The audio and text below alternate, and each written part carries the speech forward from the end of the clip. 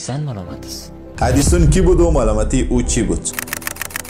توماس ادیسون در سال 1847 در ایالت اوهایو امریکا به دنیا آمد. ادیسون از همان ابتدا علاقه به مکتب رفتن نداشت و معلمش هم گفت که وقت این بچه را هدر ندید چون استعدادی ندارد. اما مادر او که یک زمان خودش هم معلم بود باور داشت که پسرش میتواند یاد بگیرد و او را در خانه و مطالعه کردن و خواندن تشویق کرد. ادیسون در نوجوانی در ایستگاه قطار روزنامه میفروخت و با پولهایی که به دست می آورد شروع به انجام تجربه های علمی و فنی کرد. در همین سن او به شهر مانلوی نیوجرسی رفت و در پارک مانلو یک آزمایشگاه کوچک ساخت. ادیسون اولین کسی بود که لامپ برقی را ساخت و خانه ها و شهرها را به برق روشن کرد. او همچنان آله با نام فونوگراف را اختراع کرد و برای اولین بار صدا را ثبت و بازپخش کرد. ادیسون دوربینی ساخت که تصاویر متحرک یا ویدیو ثبت میکرد و این دیگر آغاز سینما و کار ویدیو بود. در کنار این چند اختراع بزرگ، ادیسون بیش از 1000 اختراع ثبت کرده است و لقب بزرگترین مخترع تاریخ بشر را به خود اختصاص داده است. یعنی هیچ کس در تاریخ بشر به اندازه او اختراع نکرده است. ادیسون هنگام هر اختراع